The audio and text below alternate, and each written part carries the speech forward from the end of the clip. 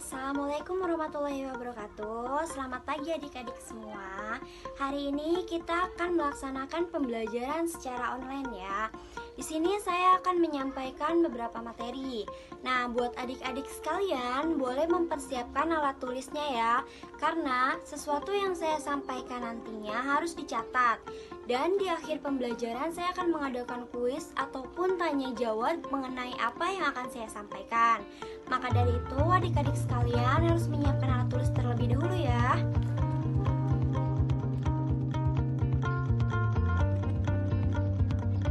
Nah, materi yang saya akan sampaikan di sini adalah mengenai tentang pendefinisian.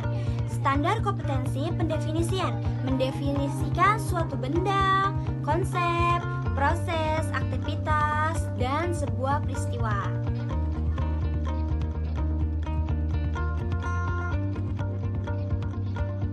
Menurut kalian, apa sih itu pendefinisian? Nah, di sini saya akan menjelaskan tentang pendefinisian itu sendiri.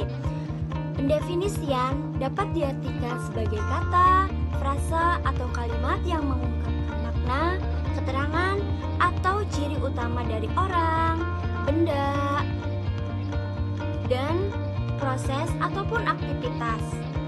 Rumusan tentang ruang lingkup dan ciri-ciri suatu konsep yang menjadi pokok perbincangan atau studi. Itu yang dinamakan tentang pendefinisian.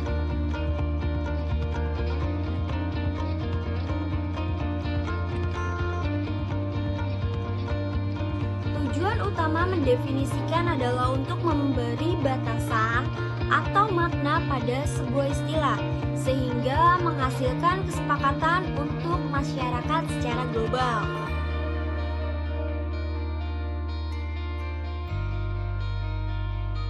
Yang ketiga, ciri-ciri definisi. Tidak semua arti kata maupun makna kata bisa disebut dengan definisi, sebab hal ini memiliki karakteristik tertentu. Nah, unsur definisi ini adalah unsur rangkaian kata maupun frasa atau kalimat yang berfungsi menguraikan pengertian. Di sini saya akan mencontohkan definisi dengan kata benda yang didahului dengan kata adalah. Contohnya seperti teh adalah sejenis pohon berukuran kecil yang tumbuh di alam bebas yang memiliki daun berbentuk bulat telur atau jorang, berwarna hijau segar, dan pucuknya seringkali dilayukan kemudian dikeringkan untuk dibuat minuman ataupun dicampur olahan makanan. Yang kedua, contoh kata selain benda yang didahului dengan kata yaitu. Contohnya, minum yaitu memasukkan air atau benda cairan ke dalam mulut dan meneguknya.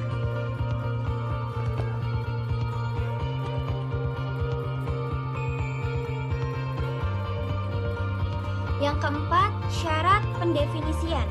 Adapun beberapa syarat untuk mendefinisikan suatu benda, peristiwa, kejadian, atau apapun. Yang pertama, harus menyatakan ciri-ciri secara hakiki dan apa yang akan dijabarkan atau dideskripsikan.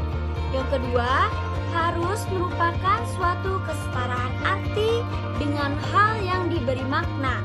Maksudnya, lingkup arti tidak terlampau luas ataupun tidak terlalu sempit. Yang ketiga, harus menghindarkan pernyataan yang memuat syarat yang diberi makna. Artinya, tidak boleh berputar-putar, tidak boleh berbelit-belit secara langsung maupun tidak langsung. Yang keempat, harus sedapat mungkin dinyatakan dalam bentuk rumusan yang positif, yaitu sebisa mungkin dihindari dari pernyataan negatif. Adapun yang dimaksud dengan negatif di sini bukanlah kontennya, melainkan konteks dalam perumusannya. Yang kelima, harus dinyatakan secara tepat, singkat, dan jelas, terlepas dari rumusan yang kabur, ambigu, tidak boleh menggunakan bahasa kiasan. Yang kelima, dinyatakan secara tepat, singkat, dan jelas, tidak ambigu dan tidak menggunakan bahasa rumusan yang kabur.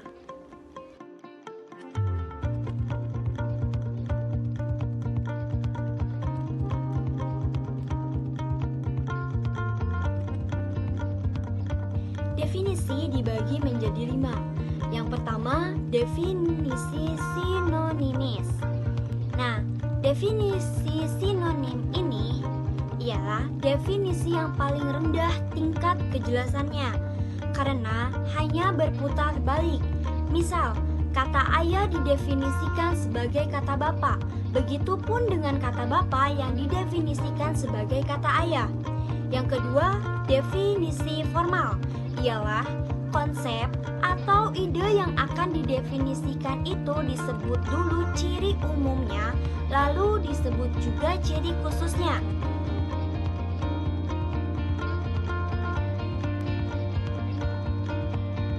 Yang ketiga, definisi logis ialah mendefinisikan secara tegas objek, ide, atau konsep dengan sedemikian rupa sehingga objek tersebut berbeda secara nyata dengan objek-objek yang lain.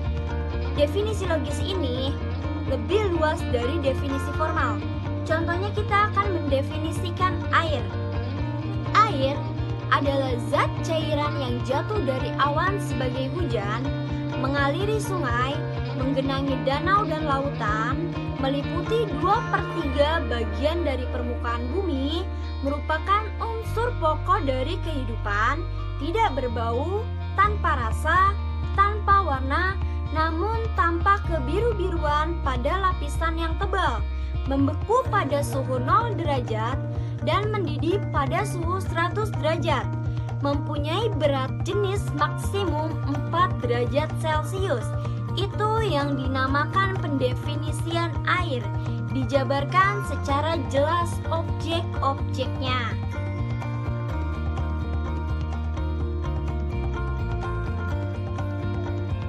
Yang keempat, definisi ensiklopedis ialah definisi yang lebih luas lagi dari definisi logis.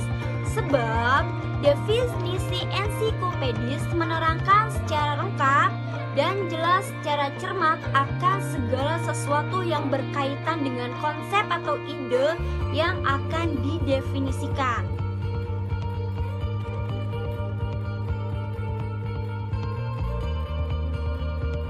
Yang kelima, definisi operasional adalah uraian tentang batasan variabel yang dimaksud atau tentang apa yang diukur variabel yang bersangkutan.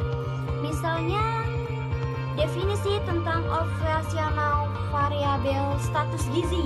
Anak balita adalah hasil penimbangan atau pengukuran berat badan dari tinggi badan anak balita berdasarkan umur. Yang kedua, bisa diambil contoh dari pendefinisian operasional variabel pendidikan adalah lamanya sekolah atau tingkatan sekolah yang telah diikuti oleh responden. Yang ketiga, bisa mengambil contoh juga dari variabel kinerja. Perawat ruangan adalah kegiatan yang dilakukan oleh perawat dalam pasien di ruangan.